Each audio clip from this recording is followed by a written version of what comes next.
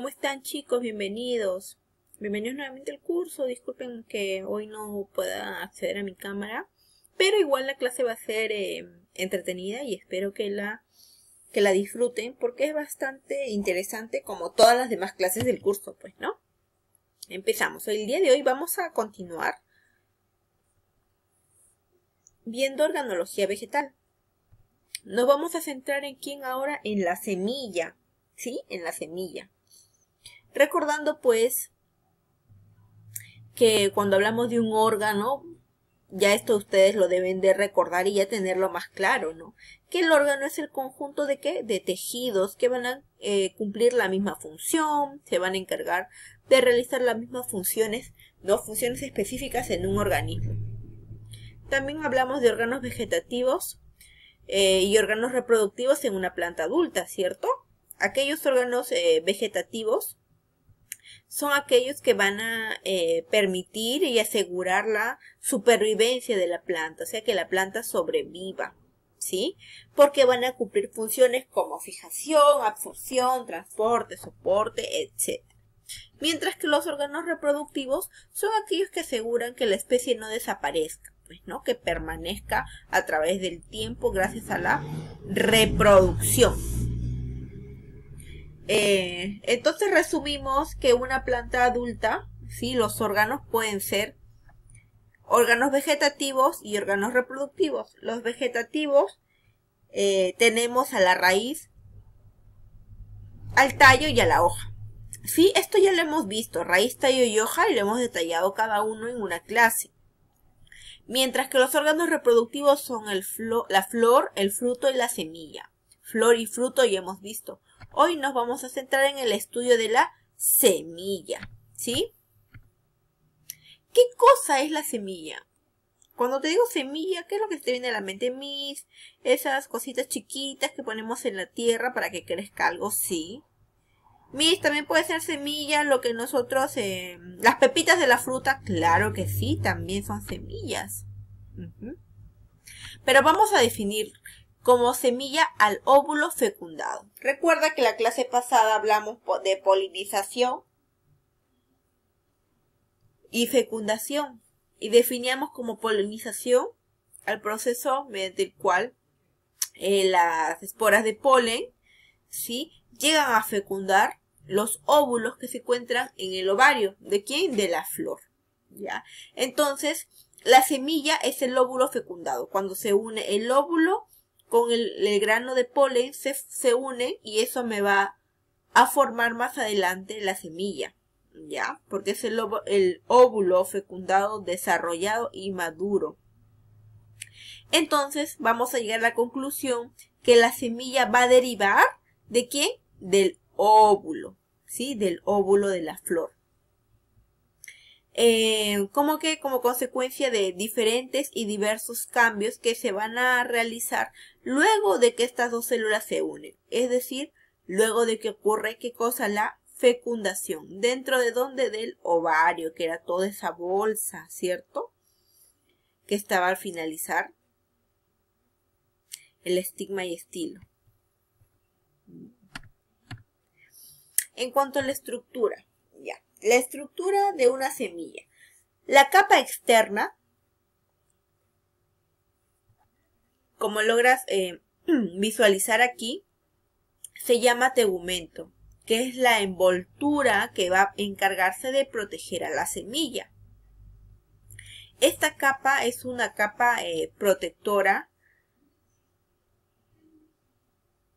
que va a recubrir, va a ser la parte y la porción más expuesta y visible de ¿quién? De la semilla. En el tegumento vamos a poder observar dos partes específicamente.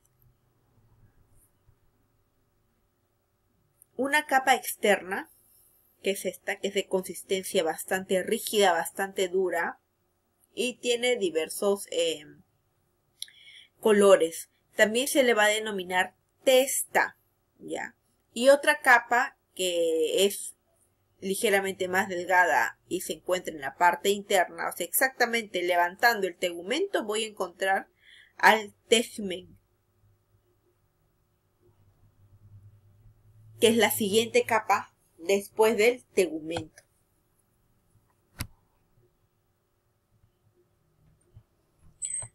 Luego tenemos al embrión. El embrión ya es la parte que se encuentra exactamente debajo del tegme, ¿sí? Y esta es la parte vital. ¿Vital de qué? De la semilla. ¿Por qué? Porque desde que es una planta en miniatura se distinguen los diversos órganos que va a presentar la planta cuando ya es adulta, ¿ya? Entre ellas tenemos la radícula, que está aquí. Mira, radícula, está acá. Esto es la radícula. Y esta es la que se va a desarrollar como la raíz de la futura planta. Por eso se le llama radícula. Luego, también así como la radícula me va a dar origen a la raíz, también tenemos el tallito que me va a dar origen ¿a quién?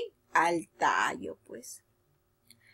La gémula, ya, es la que me va a dar origen a las yemas terminales.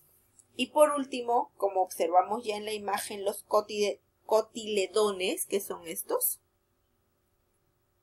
son los que se van a encargar de nutrir a la nueva planta mientras se desarrolla. Recuerda que para poder alimentarse la planta necesita absorber nutrientes del suelo, elaborar fotosíntesis, ¿cierto? Ya.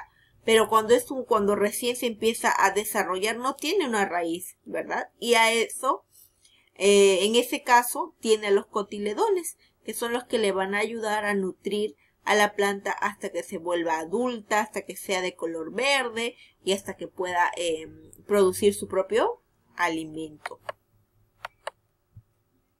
Ahí está radícula, los cotiledones. Seguimos en la estructura, ingresamos un poquito más y vamos a encontrar el endospermo. El endospermo es el tejido que se va a encargar de nutrir, ¿sí?, al embrión mientras empieza a desarrollarse. Ese proceso de desarrollo se llama germinación, ¿ya?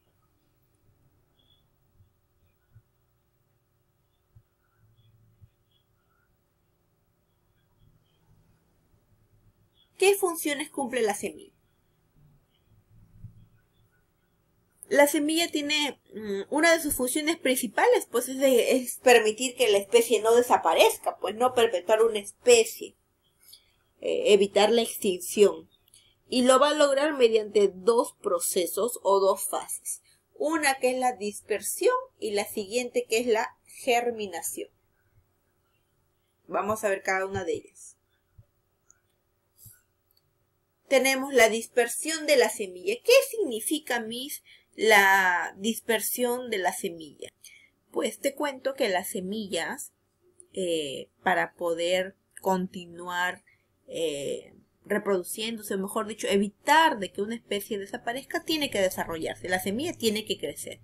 Y para eso se va a ayudar de la dispersión, o sea, tratar de llegar a diversos lugares, no solamente quedarse en una zona, sino llegar a varios lugares. Ahora, ¿cómo lo va a hacer?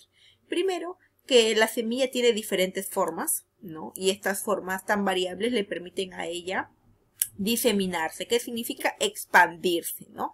Y gracias a que se puede expandir, gracias a la acción del viento, que puede arrasar las semillas y llevarla a otras tierras. Igual el agua, ocurre lo mismo con los animales, que los pueden llevar en sus patas, en su lomo, ¿verdad? A la hora que caminan, ¿no? Pueden arrastrar también las semillas y llevarlas a otras tierras. Y el hombre.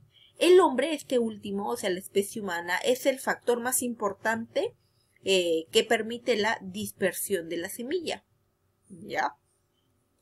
¿Ves? Por ejemplo, los animales comiendo un fruto, lo desplazan hacia otro lugar y dejan ahí las semillas. Los animales ocurre lo mismo, las pepitas del fruto o la fruta que consuman y las dejan caer en otros suelos y así permiten que cosa la dispersión de las semillas. Pero no olvidemos que el hombre es el principal agente de dispersión. Luego tenemos la germinación. Una vez que la semilla llega a suelo fértil, empieza a desarrollar el embrión. Cuando ya empieza a desarrollar el embrión, a eso se le llama germinación, ¿ya? Y se realiza desde el momento en que las semillas van a encontrar un lugar fértil y las condiciones favorables para poder desarrollarse. O sea, tierra fértil, agua, calor, aire, humedad, etc. ¿Qué se necesita para que pueda ocurrir o pueda darse, pueda llevar a cabo la germinación? Primero es necesario que se reúnan las siguientes condiciones, ¿no? Condiciones intrínsecas, ¿qué significa? Lo que está adentro, o sea que la semilla esté completamente bien y apta para desarrollarse. Luego debe haber factores externos como las que son llamados condiciones extrínsecas, como cuáles, como el calor, el aire, la humedad, la tierra fértil, etc. ¿Ya? Este proceso, una vez que encuentre que todo eso se reúne en las condiciones favorables, empieza la germinación, empieza a desarrollarse. Recuerda que lo que me va a dar origen a la raíz, ¿cómo se llamaba? Radícula. Y lo que me va a dar origen al futuro tallo, ¿cómo se llama? Tallito. ¿Ya? Las condiciones intrínsecas o internas, o sea, dentro de la semilla, significa que la semilla debe estar bien constituida, no debe haber ninguna alteración interna, no debe haber sufrido ninguna alteración mecánica o química. ¿Sí? La semilla debe estar madura y debe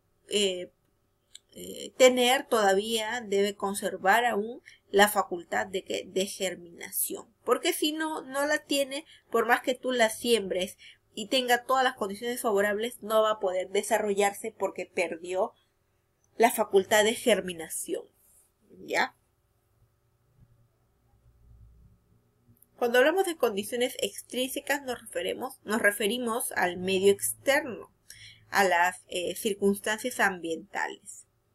Como por ejemplo el agua, el aire y el calor. El agua, que es una semilla, no puede germinar en un ambiente seco. Tiene que haber agua, tiene que haber humedad.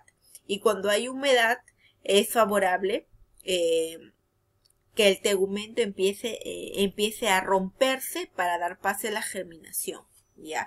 Y para que el tegumento se rompa, el agua es sumamente indispensable.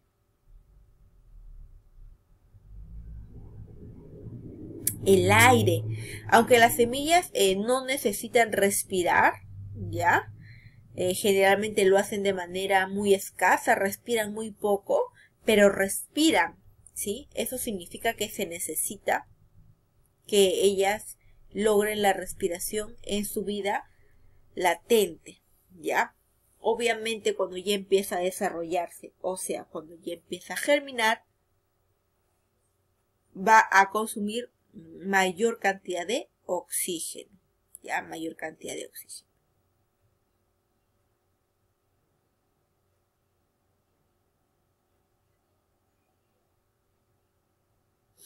Uy, ahí está, se había colgado mi laptop, disculpe. Y por último tenemos el calor, que es indispensable para que la semilla se pueda activar, ¿no? Porque los fotones de luz que provienen del sol excitan a la semilla. ¿Para qué? Para que pueda romper el tegumento, que es la capa más externa, y empezar lo que es la fase de germinación. Bien, chicos. Aquí terminamos, espero que haya sido entretenida la clase, que me hayan podido entender, no ha sido un tema muy difícil, ¿sí? Cuídense mucho, ya nos vemos la próxima semana, chicos, un abrazo.